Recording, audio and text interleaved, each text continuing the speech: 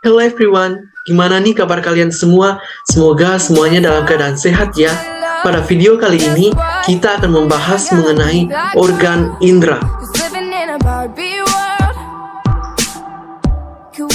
Nah, sebelum itu, perkenalkan saya Geraldo Marion Stephen dengan NIM 2113041029 kelas 4B Pendidikan Biologi.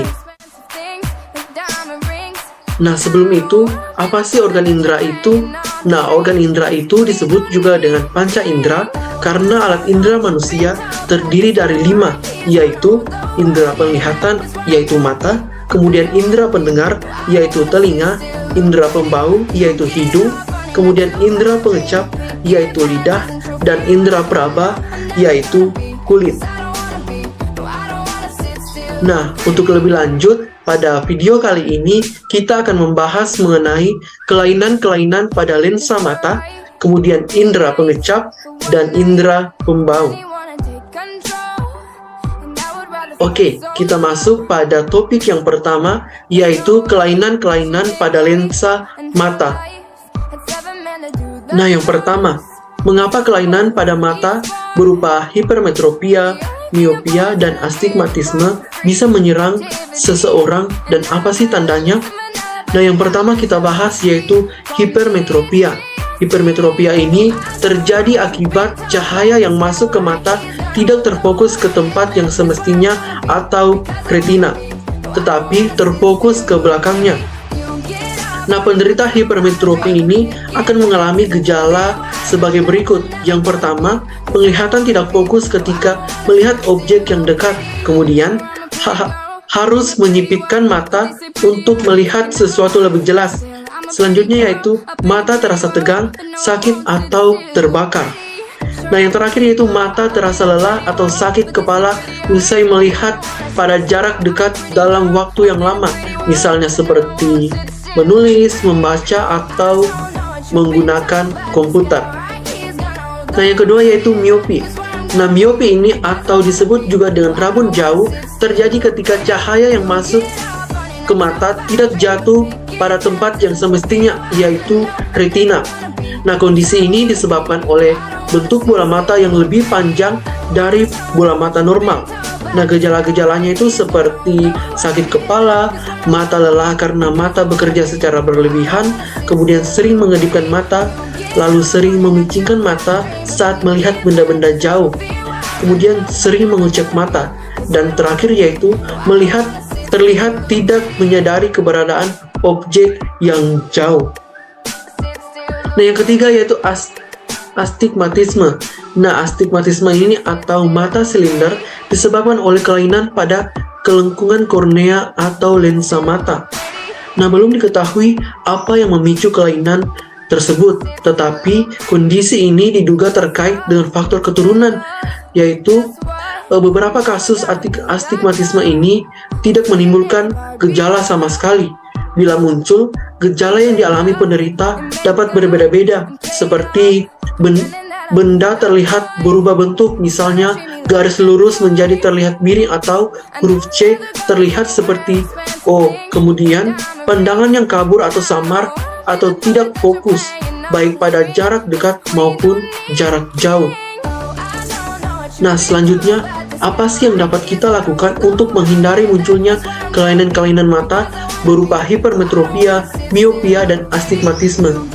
Nah, yang dapat kita lakukan itu seperti melakukan pemeriksaan mata secara rutin, kemudian melindungi mata saat beraktivitas, misalnya dengan menggunakan kacamata yang tepat, kemudian pastikan penerangan ruangan cukup, lalu mengonsumsi makanan yang sehat seperti buah-buahan dan sayur-sayuran yang mengandung banyak vitamin. Kemudian, memberi istirahat cukup pada mata bisa menjadi cara yang menurunkan risiko rabun dekat. Lalu, selalu melindungi mata dari paparan sinar matahari secara langsung. Nah, selanjutnya, aktivitas apa sih yang berisiko tinggi untuk memunculkan kelainan mata miopia? Mengapa demikian? Nah, faktor yang paling nyata yaitu berhubungan dengan aktivitas jarak dekat seperti membaca, menulis, menggunakan komputer, dan bermain game. Nah, karena membaca buku dan menatap layar gadget dalam waktu yang lama dapat memberikan tekanan tambahan pada mata dan susunan sarafnya. Saat melihat gadget dalam waktu yang lama dan terus-menerus dengan frekuensi yang mengedip yang rendah dapat menyebabkan mata mengalami penguapan berlebihan sehingga mata menjadi kering. Nah, selanjutnya, aktivitas apa sih yang berisiko tinggi untuk memunculkan kelainan mata hipermetropia? Mengapa demikian? Nah, salah satunya yaitu tidak menggunakan kacamata yang tepat atau tidak melindungi mata ketika terpapar sinar matahari secara langsung. Nah, terpapar sinar matahari secara langsung dalam waktu yang lama dapat menyebabkan kerusakan pada kornea mata, di mana kerusakan atau kelainan pada kornea mata ini dapat memicu terkena rabun dekat atau hipermetropia. Nah, selanjutnya yaitu jika ada orang yang menderita kelainan pada hipermetropia, miopia, dan astigmatisme, kacamata yang bagaimana yang dapat digunakan untuk mengatasinya. Nah, yang pertama yaitu hipermetropia. Penderita rabun dekat perlu menggunakan kacamata yang berlensa cembung atau plus, karena lensa cembung ini dapat membantu memperpendek bayangan sehingga jatuh tepat di retina. Kemudian yaitu miopia. Nah, penderita rabun jauh perlu menggunakan kacamata berlensa cekung atau negatif. Nah, lensa cekung ini dapat membantu bayangan kembali terbentuk tepat pada retina. Dan selanjutnya yaitu astigmatisme. Nah, penderita astigmatisme ini perlu menggunakan kacamata berlensa silinder. Nah, kacamata lensa silinder ini dapat membuat pembiasan cahaya yang masuk ke mata jatuh tepat di retina sehingga benda yang terlihat menjadi tampak jelas dan tidak kabur. Oke, selanjutnya kita masuk pada topik pembahasan berikutnya yaitu indera pengecap. Nah, sebelum kita membahas lebih lanjut, kita akan terlebih dahulu menyaksikan video percobaan mengenai indera pengecap. Selamat menyaksikan.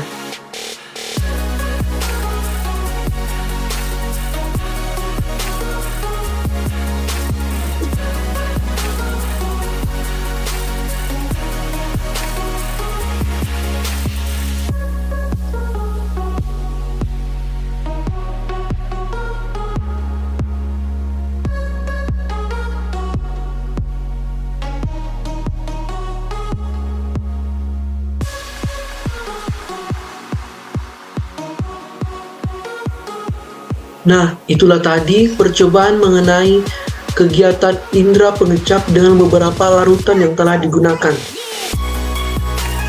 Nah, kemudian inilah hasil percobaan yang telah dilakukan dan didapatkan perbedaan pada peta rasa pada kedua orang yang telah dilakukan pada percobaan tadi. Nah, berdasarkan hasil percobaan yang telah dilakukan, dapat diketahui sensitivitas lidah terhadap rasa dari setiap anggota terdapat perbedaan. Nah, sensitivitas seseorang dalam menanggapi setiap jenis rasa tidak akan pernah sama. Dapat kita lihat perbedaan pada kedua peta rasa di atas. Nah, ketika daerah tersebut mampu merasakan rasa yang dimaksudkan, maka tandanya akan positif. Kemudian, ketika daerah tersebut tidak mampu merasakan rasa yang dimaksudkan, maka tandanya akan negatif. Selanjutnya, bagian-bagian mana pada indera pengecap atau lidah yang berfungsi merasakan rangsang dari benda-benda yang masuk pada mulut kita? Nah, bagian tersebut yaitu permukaan papila. Nah, permukaan papila ini terdiri dari ribuan kuncup perasa atau taste buds, yaitu sel saraf yang terhubung ke otak. Kuncup perasa membuat bisa merasakan rasa, suhu, maupun tekstur benda yang masuk ke dalam mulut kita, salah satunya yaitu makanan. Nah, berdasarkan fungsinya, lidah ini dibagi menjadi 4 bagian, yaitu bagian pengecap rasa manis di bagian ujung lidah, kemudian bagian pengecap rasa asam di bagian pinggir lidah, kemudian bagian pengecap rasa asin di bagian ujung dan ujung tengah lidah. Dan selanjutnya yaitu bagian pengecap rasa pahit di bagian pangkal atau belakang lidah. Nah, bagaimana jalannya rangsang yang diterima oleh kuncup pengecap atau reseptor pada lidah hingga terjadi respon? Nah, pertama-tama yaitu kemoreseptor untuk sensasi pengecapan terkemas dalam taste buds yang terdapat dalam rongga mulut dan tenggorokan dengan persentase terbesar terdapat pada permukaan atas lidah. Lalu zat kimia yang terlarut dalam saliva akan mengadakan kontak dan merangsang ujung-ujung serabut saraf pengecap sehingga menimbulkan depolarisasi potensial reseptor. Nah, kemudian potensial reseptor ini memulai potensial aksi di ujung-ujung terminal serat saraf aferen hingga menghasilkan impuls. Kemudian impuls diteruskan ke nervus lingualis, lalu diteruskan kembali menuju nervus facialis melalui korda timpani. Setelah itu, dilanjutkan menuju tractus solitarius di batang otak. Nah, sebagai hasilnya, manusia dapat mengecap makanan yang masuk ke dalam mulut. Nah, apa sih yang terjadi pada lidah jika makan makanan yang terlalu panas? Mengapa demikian? Nah, jika kita makan makanan yang terlalu panas, maka lidah akan terasa terbakar, kasar, dan seperti mati rasa sehingga makanan yang dikonsumsi tidak dapat dinikmati dengan baik. Nah, makanan atau minuman yang dikonsumsi dengan suhu yang terlalu panas akan menyebabkan papila lidah terbakar dan terluka, sehingga fungsi lidah untuk menerima sentuhan dan pengecapan menjadi terganggu dan pada akhirnya menyebabkan mati rasa. Nah, apa saja sih faktor yang mempengaruhi kerja indera pengecap ini? Nah, ada 3 faktor, yaitu yang pertama, faktor usia. Pada umur 45 tahun, taste buds mulai mengalami degenerasi. Dalam hal ini, rasa asam kurang terpengaruh dibandingkan dengan rasa lainnya. Ambang batas rasa manis, asin, dan pahit pada usia tua lebih tinggi dibandingkan usia muda. Nah, faktor berikutnya yaitu faktor suhu makanan. Nah, suhu makanan yang terlalu panas dapat merusak sel-sel pada taste buds, namun keadaan ini cenderung berlangsung cepat karena sel yang rusak akan segera diperbaiki. Selanjutnya yaitu faktor penyakit. Nah, dari berbagai jenis penyakit, terutama penyakit kronis, memerlukan perawatan dan terapi yang terkadang memerlukan waktu yang lama. Nah, dari efek konsumsi obat yaitu dapat digunakan mempengaruhi penurunan sensitivitas indera pengecap seperti amfetamin, kemudian karbamazepin, kemudian hexatidin yang dapat menurunkan sensitivitas terhadap rasa. Nah, selanjutnya kita masuk pada topik yang ketiga yaitu indera pembau. Nah, sebelum lebih lanjut lagi, kita akan terlebih dahulu menyaksikan video kegiatan mengenai indera pembau. Selamat menyaksikan.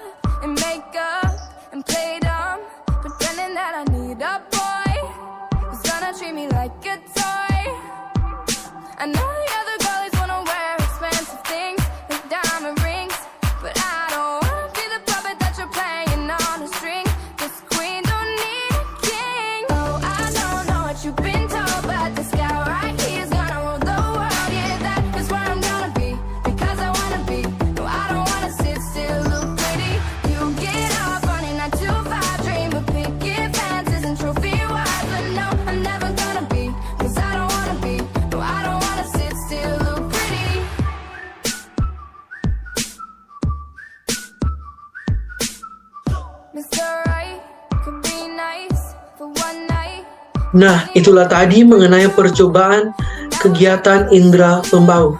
Selanjutnya yaitu kita masuk pada hasil percobaan. Dapat kita lihat pada tabel berikut merupakan hasil percobaan dari kegiatan yang telah dilakukan.